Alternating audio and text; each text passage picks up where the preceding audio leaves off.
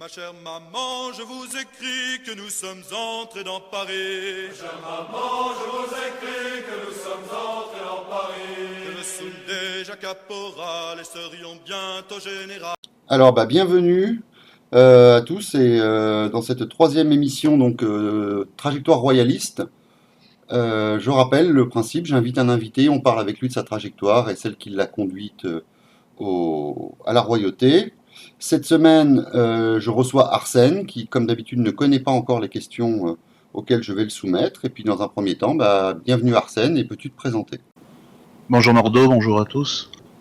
Je me prénomme Arsène, j'ai 37 ans. Je suis routier de métier. Je vis dans le sud-ouest, près de Bordeaux, près de Libourne. Et voilà. Tu es marié, tu as des enfants? Non, célibataire. D'accord. Célibataire sans enfant. Très bien.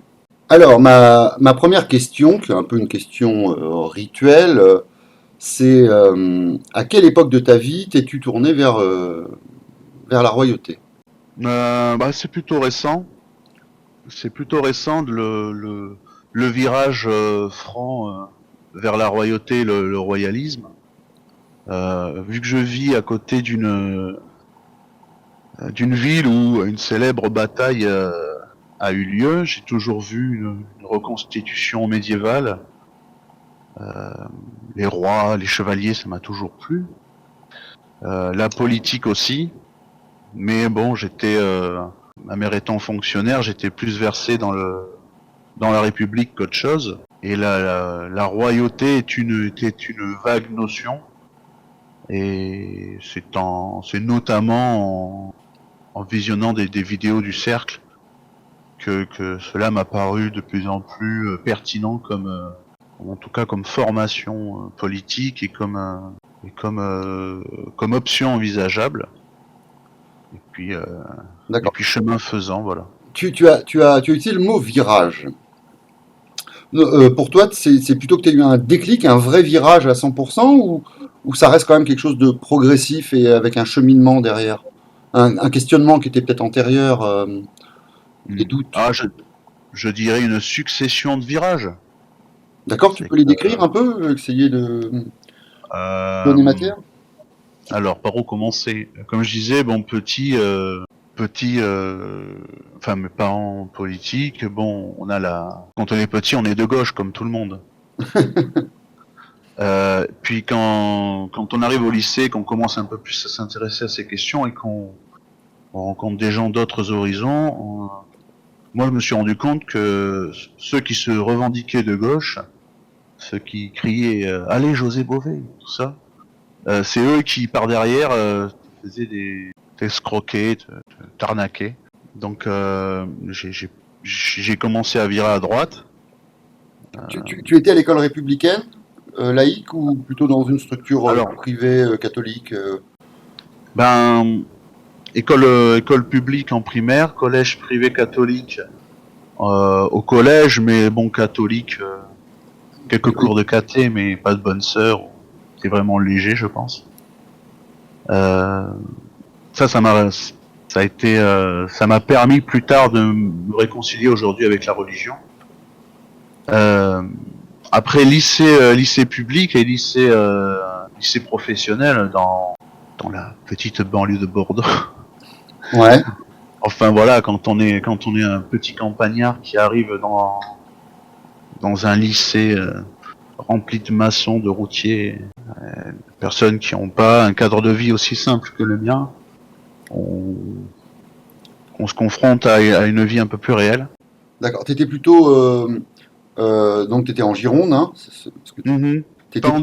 Entre la Dordogne et la Gironde. Entre la Dordogne, donc 24-33. T'étais plutôt dans la périphérie de Gironde rurale, assez riche, ou plutôt sur des bourgades pauvres? Bourgade pauvre, je veux dire, quand on est dans la Creuse, ça a l'air un peu plus pauvre que par chez nous. Disons qu'on est... J'étais à côté de Saint-Émilion, donc je suis à côté de Saint-Émilion, donc c'est pas un endroit des plus pauvres. Voilà, il n'y a pas de grande pauvreté. J'ai Et mon père était viticulteur en Dordogne, Ouais. un peu différemment, et ma mère fonctionnaire. Donc, c'était de la classe populaire, si tu veux, Ouais. à côté de Saint-Émilion, mais voilà, j'avais pas les ghettos, j'avais pas tous les problèmes qu'il y a en ville. Donc, quand je suis arrivé au lycée, ben, j'ai vu ces problèmes-là un peu plus. J'ai surtout vu comme je disais, les gens de gauche promettre des choses et ne jamais les tenir. Et ensuite, je suis arrivé dans le monde du travail. Et quand tu es dans le monde du travail, et que tu as 20 ans, tu veux prouver ta valeur, donc tu travailles. Ouais. Tu travailles. Et comme je suis routier, et que là aussi, tu vois des choses quand tu es routier. Oui, Et tu entends. Et à la machine à café, on discute. Tu entends parler et j'ai vu en conteneur maritime, j'ai été dans les ports du Havre, de Fos-sur-Mer, je vois ce que c'est les dockers, je vois ce que c'est aussi Sangatte, et qu'est-ce qui se passe, l'intérêt qu'il y a à bien fermer ses portes quand on s'arrête au feu rouge dans ces points-là. Oui, d'accord. Voilà, j'ai vu des choses comme ça, j'ai côtoyé des salariés intérimaires de toute origine. On sait quelle est la réalité des choses. Et pardon. Ah, vas-y, continue, excuse-moi. Et en fait, dans mon métier, au bout d'un moment, aussi quand il y a des mésaventures, on se retrouve seul en pleine nature. On me prévoit un petit sac et c'est beaucoup sur YouTube, sur le survivalisme. Ça m'a fait aussi un pas de plus, tu vois. C'est beaucoup de choses qui m'ont permis de comprendre certaines réalités et ça m'a permis d'avancer. Donc finalement, ton milieu professionnel, qui sans être un métier hautement à risque, on ne va pas comparer ça avec un militaire sur un théâtre de guerre, mais développe quand même certaines réflexions politiques qui amènent à quitter une position peut-être de gauche à l'origine pour aller vers quelque chose de plus à droite. Et En tout cas, on vote moins avec le cœur, on vote plus avec l'esprit. Oui, voilà, me concernant, c'est grandement comme ça que ça s'est passé. Voilà, moi c'est vrai que c'est plus par l'expérience et donc l'expérience de mon travail que par les livres que j'ai évolué. Même si j'ai toujours aimé lire, écouter les émissions de philosophie, tout ça, mais je suis pas un grand érudit. Mais non, finalement, ton espèce de virage à droite entre guillemets, il a eu lieu relativement tôt. Tu me parles du lycée, là. Donc, tu n'as même pas 18 ans encore à l'époque. Ouais, non, enfin, ça devient progressif. Disons que quand je sors du lycée, c'est 2002. Donc, quand il faut voter, quand Le Pen arrive au second tour, Ouais. un bon républicain, je vote Chirac. Et Oui. Chirac, je suis encore dans ces idées-là. En tout cas, je suis la mouvance. Je suis un rebelle consensuel. Un rebelle consensuel. D'ailleurs, à l'époque, tu te posais pas du tout de questions sur, ou tu remettais pas du tout en cause la République. Non, pour moi, c'était pas. Je n'avais pas du tout ces notions-là. Ta famille était-elle connotée politiquement? Alors, pas vraiment, non. C'est de la gauche bébête. Je veux dire, ils sont gentils. Mes parents sont gentils. Ah, du centre-gauche, un peu naïf, plein de bonnes intentions, mais pas forcément. Oui, voilà, ils sont pas méchants, donc ils veulent pas de la méchanceté aux gens. La solidarité, voilà, tous les discours vendeurs dans ce sens-là, Oui, ok. ça parle à leur petit cœur et ça va pas plus. D'accord, ok. Oui, de la gentillesse sans réelle réflexion derrière. Ouais, voilà. C'est ça. Mais je pense qu'il y en a beaucoup, des gens comme ça, en fait. Oui, je pense que c'est la majorité des gens, des Français, la majorité des êtres humains, je pense. J'ai tendance à croire que le français est naturellement bien intentionné, en fait, mais un peu naïf, du coup. Je pense aussi. Se laisse facilement avoir. Et est-ce que tu avais des frères et sœurs qui auraient pu graviter autour de toi pendant ta construction personnelle politique? Alors, mon petit frère, j'ai un petit frère qui a 3 ans de moins que moi, et qui en grandissant, on est devenu, tout en étant de plus en plus complices, on est exactement le contraire l'un de l'autre. D'accord. On est c'est une partie de ping-pong éternel dans le. Donc lui, c'était un républicain indécrottable. Non, il a aucune conscience politique, mais lui, il n'est pas naïf. Plus il est filou et plus je deviens honnête, plus il est débrouillard, plus je deviens maladroit. Quand je deviens adroit, il ne sait rien faire. Enfin bon. Ah oui, il est plutôt dans... On est très complémentaires en vérité. Je cherche les failles du système et j'en tire profit. Ouais. D'accord. C'est un peu ça. Même si c'est pas non plus un truand. Oui, non, Mais lui, par exemple, c'est un abstentionniste de la première heure. Très vite, voter, préférer aller à la pêche, autre chose à faire qu'aller voter, de l'argent à gagner. Alors que moi, la politique, l'importance. Participer à la vie de la cité. Ouais, voilà, participer à la vie de la cité, tout ça, c'était primordial. Les grandes discussions comme ça, pour moi, un grand intérêt. Tu vois bien sur le Discord que je suis pas le dernier à prendre la parole. Oui. Voilà, au contraire, mon frère s'en fout. Lui, il est comme la plupart des gens, il va parler football, bagnole, gonzesse, beaucoup plus rapidement et beaucoup plus fréquemment que moi. Ouais, il se pose Alors que la question. Ouais, politique et religion sont des sujets qui fâchent, qu'on évite d'aborder. Alors, du coup, par rapport aux facteurs qui ont favorisé ta transition un peu et ton cheminement politique, donc on a mentionné ton milieu professionnel, ton itinéraire scolaire. Est-ce qu'il y a d'autres choses qui ont participé à tout ça, comme peut-être la religion, la lecture, d'autres activités, des amis? Alors, comme je disais, au niveau de la religion, j'étais au collège privé, on faisait un petit peu de catéchisme, mais quand tu es adolescent, que tu es un rebelle consensuel, tu te rebelles contre la seule forme d'autorité que tu peux trouver en campagne, c'est-à-dire le petit curé qui va faire catéchisme. Donc je rechignais à être un bon élève au catéchisme. Et je me suis aperçu, en vieillissant, en y repensant, je me suis aperçu que j'ai toujours gagné en vérité. Que l'inquisition catholique qu'on nous vend, le méchant curé, je l'avais pas vécu en vérité. Et que ces années collège étaient vraiment heureuses. Et dans les réflexions, dans les années 2000, 2010, 2002, quand la dissidence fait des remous, que BHL va en guerre pour ci, pour là, pour sauver l'humanité, tant que ce ne sont pas des Français, tu te rends compte que d'autres, que l'athéisme de Michel Onfray aussi, qui est un des philosophes, qui est le philosophe médiatique qui au moins qui m'a permis un accès à la philosophie. Oui. Et en fait, moi je me suis dit au bout d'un moment, en fait, l'athéisme c'est une religion en soi. Ça ne peut pas. La nature a horreur du vide et il y a forcément une spiritualité quelque part. Donc il faut trouver sa spiritualité en Europe. Ça s'incarne principalement par la religion et par la religion catholique.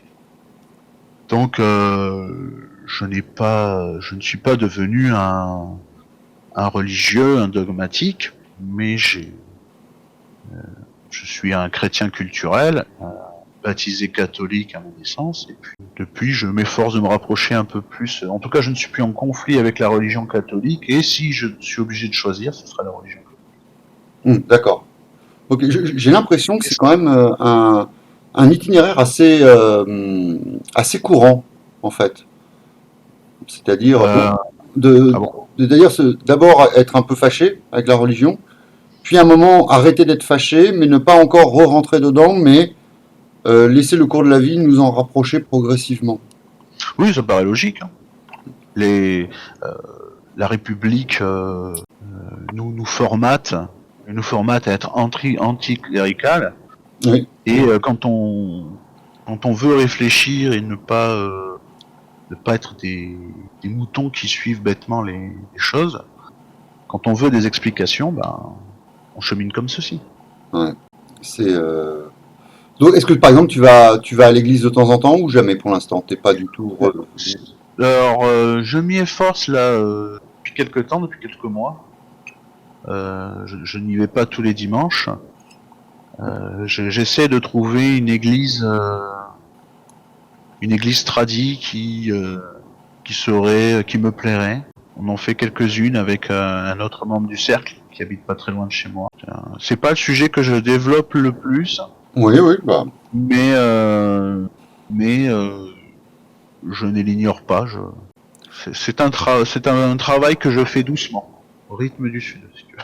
d'accord. Mais toi, tu es quand même, donc même si tu n'es pas un pratiquant des plus assidus, on va dire, ou un croyant des plus assidus, tu lis quand même ton idée de la royauté avec le catholicisme, avec le Ah oui, catholicisme. c'est ce qui m'y a mené, puisque, comme je te disais, je viens aussi des idées du survivalisme. Et dans ces idées-là, il y a celui du lien social, où on peut pas arriver tout seul à faire les choses. Il faut des groupes. Et pour des groupes, il faut de la cohésion. Et qu'est-ce qui fait de la cohésion aujourd'hui? Presque plus rien, puisque tout a été déconstruit. Ce qu'il faisait à l'époque, c'était que l'église était au centre du village. Euh, Elle permettait en fait la cohésion de pensée. J'aime à dire que tout le monde, quand on est dans une église, on regarde tous au même endroit en vérité. Tous vers le même endroit. D'accord. On fait corps ensemble.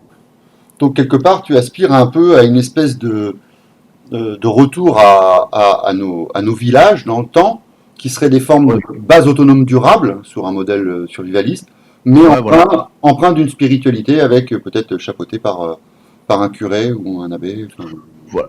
Ben oui, il y aurait une spiritualité. Alors, comme je te dis, quitte quand il y en a une, je pense que c'est la religion catholique qui devrait primer. L'autonomie, je pense que c'est vers là où on devrait tendre. ouais. Ne serait-ce que quand on nous bassine avec de l'écologie pastèque qui nous vient de Paris. Moi, j'ai pas attendu les villageois pour faire de l'écologie dans mes campagnes. Oui. Et si on faisait du local, style AMAP, voilà, les choses comme ça, de manière autonome. Tu peux expliquer ce que c'est qu'AMAP rapidement? Je suis pas sûr que tout. Les AMAP, c'est des collectifs qui se réunissent. Bon, je vais mal l'expliquer, mais c'est des producteurs locaux qui amènent leur production et ça permet des échanges et on a une garantie Ce sont des circuits courts? des circuits courts, voilà. D'accord. C'est le côté circuit court. C'est Mais ça circuit court, court, ça moins court- de gasoil pour dans le transport. Et est-ce que ça court-circuite un petit peu aussi la grande distribution, Je pense pas, mais je pense pas que ça la court-circuite puisqu'elle est prédominante. Mais c'est pas vraiment Non, parce que c'est le but premier. Le but premier, c'est de minimiser l'impact sur la planète, mais surtout aussi de manger mieux, de manger en rapport avec notre climat, notre relief, notre Ouais. milieu de vie. oui, réapprendre les légumes de saison et les légumes de territoire. À se contenter de peu, si tu veux. Normalement, là, c'est l'automne, on devrait venir à l'époque des châtaignes. C'est pas l'époque ouais, puis arrêter de manger des fraises du Maroc au mois de janvier. voilà, On est d'accord. c'est ça. Donc déjà, voilà, donc il y a déjà toute cette pensée-là qui vient. On parlait de la religion, qui permet de faire sens commun avec les gens qui sont autour de toi et de manière géographique. Oui. Penser de manière homogène, ça n'empêche pas qu'il y ait Des réseaux humains de proximité, avant tout. voilà, la proximité, c'est ce qui me semble le plus pertinent. Et alors, du coup, une petite question qui me vient comme ça, par rapport à du coup, quand tu as transité, on va dire, d'une construction républicaine vers la royauté, est-ce qu'il y a des aspects qui existaient en République, notamment peut-être ceux qui viennent des notions de démocratie, que tu voudrais conserver dans ta vie, enfin, que tu conserverais dans ta vision de la royauté? Des versions de la démocratie? Non, peut-être pas des versions, des points particuliers. Je sais pas, comme l'élection, le vote. Je trouve quand même que puisque tu me parles du vote, plus le vote que l'élection. Non, plus l'élection que le vote peut-être. À petite échelle. Quand on est à petite échelle, que l'on ait un peu son mot à dire, ça compte. Au moins la consultation. Oui, donc une forme de démocratie directe, mais locale. Oui, que de toute façon on peut pas empêcher les gens de parler. Donc il faut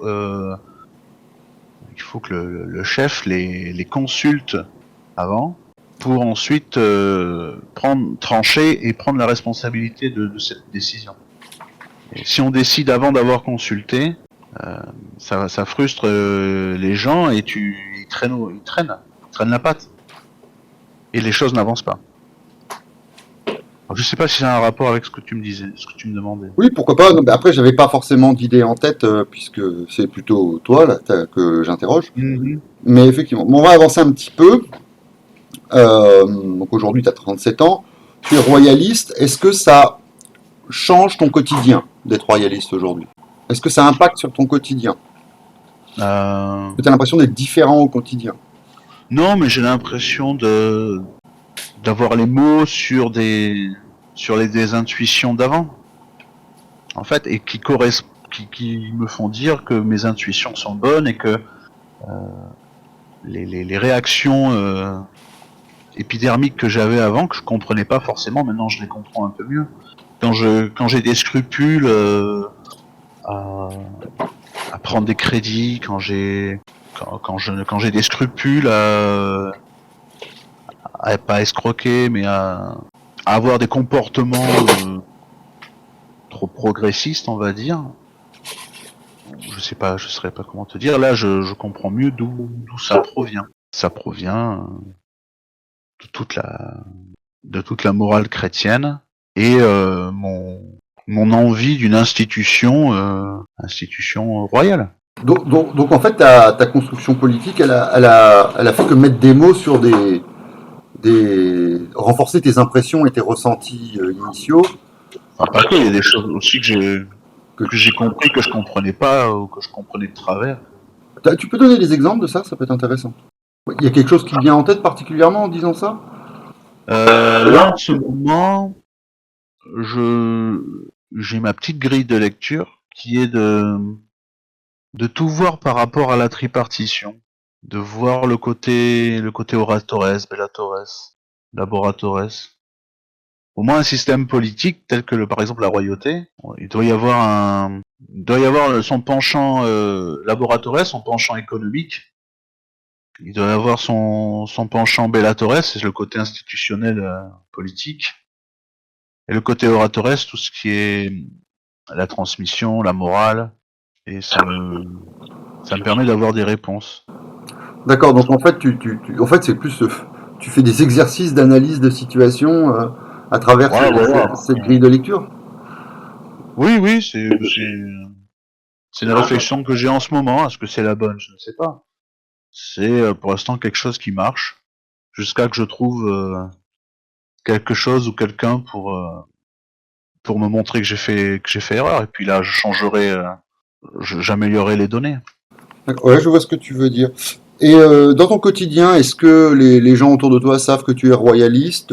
Tu l'annonces facilement, tu le caches, tu t'en vantes? Comment tu gères ça? Non, je l'ai annoncé timidement à mon frère. Et après, j'évite d'en parler, puisque comme je t'ai dit, mes parents sont plus des gentils naïfs que réellement intéressés par le fond des choses.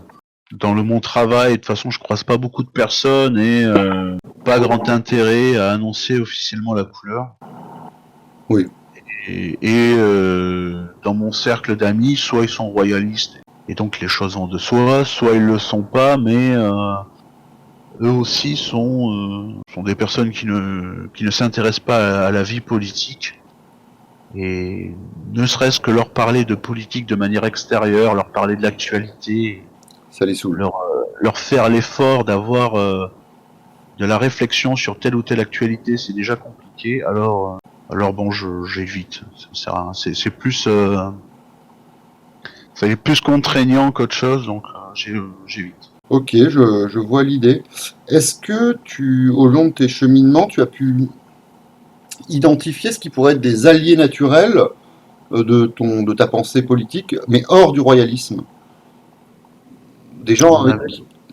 par exemple, des gens qui ne seraient pas royalistes, mais qui pourraient épouser cette cause de la royauté. Est-ce que tu en as rencontré? Est-ce que tu as vu des choses, notamment dans les campagnes, plutôt que dans les villes, des choses comme ça? Ah, de manière pratique, Ouais, ben, les alliés naturels, la plupart des gens sont des suiveurs. Si demain l'autorité était un roi, et que l'autorité du roi était sanctionnée par la police du roi, les gens suivraient les choses. Hein. Aujourd'hui, l'État nous dit portez un masque. Sinon, vous avez 135 € d'amende. Les gens portent un masque par peur de l'amende plus que par autre chose. ah oui, donc finalement, pour toi, une restauration, ça bouleverserait pas le. Le quotidien de beaucoup, non. Comme on l'a dit précédemment, la plupart des gens sont des naïfs de nature, sont bienveillants de nature et ne sont pas, sont pas des grands politiques. La politique, ça les emmerde, donc ils vont suivre. Ouais, Il n'y a que ceux qui sont dans d'autres mouvances politiques, qui s'intéressent aux choses, mais qui sont plus du côté républicain, auquel on pourrait penser. Moi, je parlerais des conservateurs. ouais, Moi, j'essaie de faire comprendre que la gauche et la droite sont des notions dépassées. oui, je suis assez Il faut d'accord. arrêter. C'est anachronique. Ça appartient à l'histoire, ça. Et il y a la République, et dans cet arc républicain, il y a les partis qui font le spectacle, pour user le droit. Mais la République, c'est une institution. C'est un système institutionnel. Mais il y a une morale, toute la morale, toutes les mœurs de la République, l'humanisme, le progressisme, tout ça. C'est pas que la gauche ou le gauchisme. C'est déjà la droite. Les conservateurs ne sont que c'est des humanistes qui ont encore des relents de tradition. Ils n'arrivent pas. C'est juste ça. Donc, le conservateur est, si tu es très très conservateur, tu commences à être un peu traditionnaliste. Donc, il y a moyen de te faire entendre raison. Hmm. Ce qui va jouer, c'est le portefeuille. On le sait, les bourgeois, au dernier moment, comme les fillonistes, au dernier moment, on va là où... Ah oui, il y a moins d'impôts. oui, on votera pour celui qui préservera notre capital. Ouais. Donc, ils peuvent être des alliés pour des combats pas trop dangereux. Quand il s'agit de manifester dans la rue, faire un défilé avec des banderoles, ils peuvent être là. Mais quand il s'agira de mettre leur propriété en danger, Ouais, ce sera un autre challenge. ouais, je vois ce que tu veux dire. À quel moment, en fait, tu t'es dit, tiens, il faudrait que je vais pas vivre mon sentiment royaliste seul, je vais me rapprocher de mouvements royalistes. Qu'est-ce qui a justifié cette décision? Mais encore une fois, c'est le survivalisme. J'ai D'accord? compris qu'il fallait que seul on pouvait rien faire et je me sentais seul parce que comme je te disais, mes amis autour de moi sont dans le tout pognon. Ouais, Ils n'ont pas cet esprit de communauté et je voulais trouver des gens qui pensaient un peu comme moi et j'ai regardé. C'était dans l'air du temps, monte une équipe, tu vois. Et dans cette idée-là, j'ai cherché des groupes de personnes avec qui des choses pourraient se construire et le cercle Richelieu me semble. parce que bon, après tout, le survivalisme n'est pas du tout l'apanage des royalistes, hein. D'ailleurs, il y a de Ah nombreux non, républicains qui font des pas du tout BAD, même. enfin, des bases autonomes durables, des choses comme ça. Enfin, Oui, bah après je ne suis pas survivaliste, je ne fais que du survivalisme. D'accord, ok. J'en parle comme ça parce que ça m'a permis de me construire et ça, c'est une forte raison qui m'a permis de m'y amener. Mais ce qui m'a permis de rester, par exemple, au cercle Richelieu, c'est la religion. Ce qu'il y a dans le royalisme, c'est le catholicisme aussi. Mhm. Qu'il n'y a pas chez les républicains, survivalistes qui sont très républicains, très libertaires. Je sais pas trop. Oui, oui, moi, Mais qui pensent qu'à leur gueule. un petit côté libertarien. Et Voilà, libertarien, c'est le mot que je cherchais. anarchiste de droite, oui. C'est ça, voilà. Ouais. Bon, ce qui permet de faire cohésion, c'est la religion catholique, en tout cas son esprit. Et ça, tu le trouves pas ailleurs. Oui. Et d'ailleurs, j'avais testé sur des forums à me rapprocher, faire des groupes, tout ça. Je n'y suis pas arrivé. Les mecs, c'était des individualistes qui Oui, il manque un ciment. voilà. Ouais. Il manque l'idée Ouais, voilà. l'idée de communion, en fait. C'est ça. Ouais. Et la preuve, c'est que les choses peuvent se faire ici. Mm. Les cercles n'est pas qu'une vague idée qui ne prend pas corps, elle a pris corps. Mais venons-en au cœur de cet entretien, puisque c'est après tout, c'est au sujet des cercles de gentilshommes que je voulais surtout t'entretenir. Tu es sur le cercle Richelieu, le responsable du cercle de gentilshommes du Sud-Ouest. Oui, cercle de Guyane. Alors, cercle de Guyane. Est-ce que tu pourrais définir un peu ce que c'est qu'un cercle de gentilshommes, quelle est sa fonction et comment il se manifeste au quotidien? C'est un cercle donc de province qui se situe dans le réel. C'est affilié au cercle Richelieu. Ça permet de contribuer à l'édification de la contre-société par la pratique. Comme je te disais, c'est ma vision, ma petite théorie du moment. C'est le côté laboratoresque des choses. Mhm. Autant au cercle Richelieu, qui est un cercle de réflexion, un think tank, où on est dans de l'oratoresque, où on réfléchit aux tenants et aux aboutissants des choses pour donner une solution crédible, une alternative crédible à la République. Dans les cercles de gentilshommes, on est dans la pratique. On s'incarne directement par des petites choses. Au départ, ça ne va pas plus loin qu'une simple association où tout commence par un apéro. Après, on est en France, hein, tout commence par un apéro. Je voudrais que tu reviennes un peu, parce que tu as parlé de contre-société. Est-ce que tu peux un peu définir ce que tu entends ou comment tu visualises cette contre-société? Qu'est-ce que j'entends par le terme Oui, contre-société? définis-le pour pas que ça soit trop ambigu pour les gens qui nous écoutent. Oui, alors bon, la société, c'est la société à laquelle on vit. C'est ce qu'on nous vend comme étant la mode, être dans l'air du temps, tout ça. Donc tu veux dire l'ordre politique et culturel établi aujourd'hui tel qu'il est. Voilà. Clairement, les royalistes ne sont pas là-dedans. On est plus dans la tradition. Oui. On est plus dans la corporation, pour dire les choses. Donc, on commence déjà par s'incarner, par déjà se rencontrer entre nous et vivre, faire des activités les plus banales en somme, mais on commence déjà à faire corps, à faire cohésion. D'accord. Est-ce que tu pourrais donner des exemples d'activités outre les éventuels apéros dînatoires typiques du Sud-Ouest? Qu'est-ce que l'on a fait? On est allé voir du Béou, on a comme projet d'aller visiter des châteaux. Après, ça nous a permis, par exemple, de nous coordonner pour le covoiturage lorsque l'on est allé à l'UDT, qui est à 6 heures de route. Hein. Donc il y a toute une logistique à mettre en place. Ouais. Bon, je sais un peu faire, mais il faut le faire. Surtout pour la route, tu dois avoir l'habitude. Oui, voilà.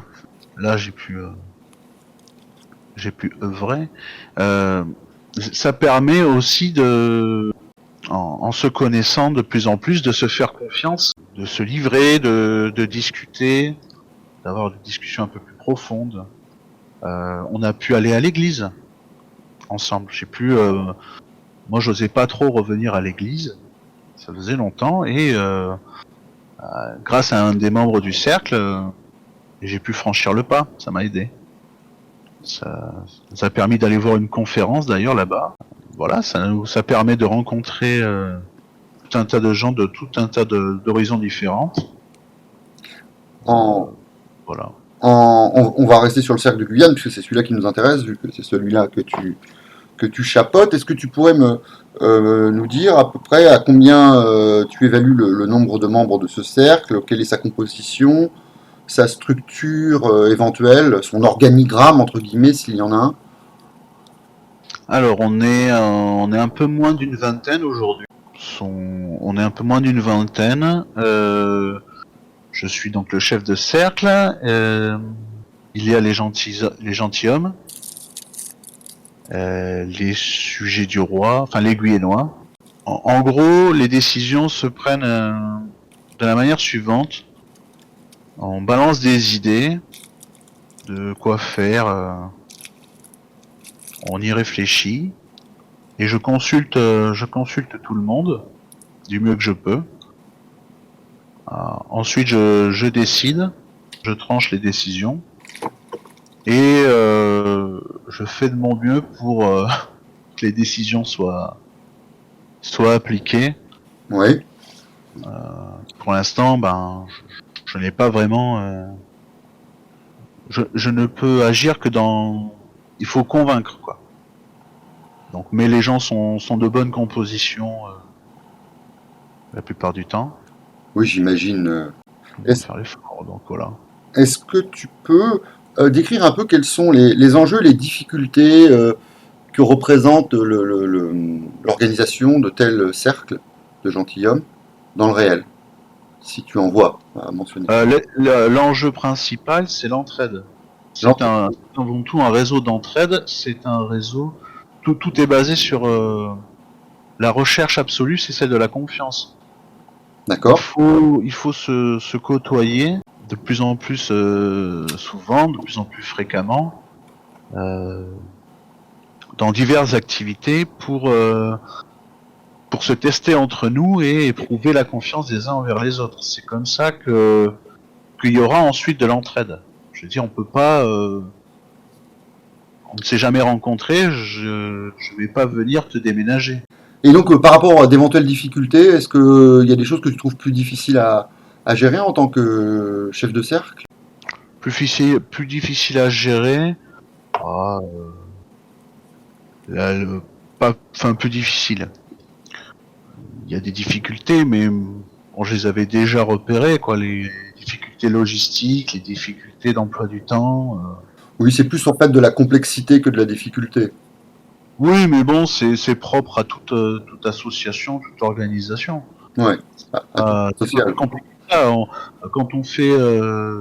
Quand on est dans des associations bénévoles, on a les mêmes difficultés, les mêmes résultats. Mais les gens participent beaucoup quand même. Très bien. Est-ce que tu as envie d'ajouter quelque chose sur les cercles? Est-ce que par exemple en termes de politique, je ne les connais pas, hein, les politiques des cercles de gentilshommes, mais est-ce que quelqu'un qui ne serait pas lié au cercle Richelieu mais royaliste pourrait être intégré, enfin au moins prendre contact avec vous, se renseigner? Est-ce que vous pouvez faire office de relais un peu du cercle au niveau local? Alors au niveau local, pour l'instant, ma politique est de... Si je rencontre un royaliste hors du cercle Richelieu, oui. Et si je le trouve, forcément là je le rencontre directement dans la vie réelle. Oui, c'est ça que je veux dire. Déjà, le jugement que je me fais de lui est déjà beaucoup plus qualitatif. Oui. Donc de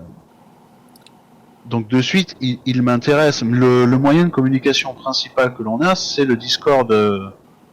C'est notre Discord. Mm-hmm. Ça permet que tout le monde communique sans avoir à communiquer trop leurs données personnelles dès le départ. mais quitte à être sur mon cercle de province, de Guyenne, autant être sur le cercle Richelieu. Ça me permet d'avoir des filtres, Oui, je vois ce que tu veux dire. que l'on vienne du réel ou du virtuel, être reçu par le cercle Richelieu, avoir passé l'entretien au cercle Richelieu, et c'est déjà une première chose. Ensuite, il suffit de discuter avec des Guyénois, et si la discussion est intéressante, les Guyénois ont la possibilité d'inviter quelqu'un sur le Discord. Ils n'ont pas besoin de me demander l'autorisation pour ça.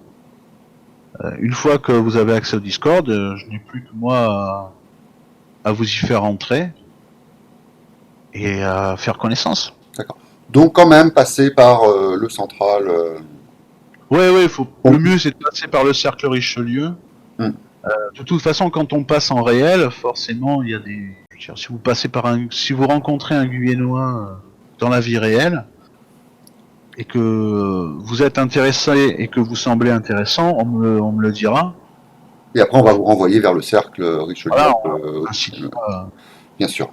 Bon, c'était des petites questions naïves comme ça, mais ça pouvait intéresser éventuellement des gens de savoir quelles étaient les formalités. Ça c'est important. Je soupçonne que de nombreuses personnes se sentant proches de la royauté se sentent un peu seules et sont assez demandeuses en fait de rencontrer des gens qui pensent un peu comme eux, peut-être pas complètement, mais au moins qui tendent vers une pensée similaire. Et donc ça me semblait intéressant de citer la procédure. Voilà. Eh ben, écoute, Arsène, mon très cher Arsène, je n'ai pas d'autres questions. Donc, comme à d'accoutumée, je vais te laisser le mot de la fin. Tu pourras dire ce que tu veux, des conseils, des invitations. Et après, ben, je conclurai l'émission. Le mot de la fin. Devenez royaliste. Je crois que c'est le terme consacré. Ouais. Essayons de nous regrouper pour s'incarner. Et quand on ne le peut pas, soyons exemplaires. Essayons d'être meilleurs chaque jour. Quand on donnera l'exemple, on s'incarne déjà. Et quand on le fait, les gens viennent vers vous. Et ça vous permet de faire votre propre cercle. Convaincre par l'exemple plutôt que par des mots. Par exemple, c'est efficace à 100%. Parce qu'on ne peut pas tromper les gens. Et les gens ne peuvent pas se tromper. Ouais. Donc faites l'effort, quitte à échouer, mais faites des efforts. En tout cas, Arsène, merci bien de m'avoir consacré un peu de temps pour cet entretien. Merci à toi. Merci aux auditeurs de nous suivre. Et puis, je vous dis au mois prochain pour une nouvelle émission de Trajectoire Royaliste avec un nouvel invité. Merci à tous. Au revoir. Au revoir. Ma chère maman, je vous écris que nous sommes entrés dans Paris. Ma chère maman, je vous écris que nous sommes entrés dans Paris. Que le Souldet, Jacques Caporal et serions bientôt général.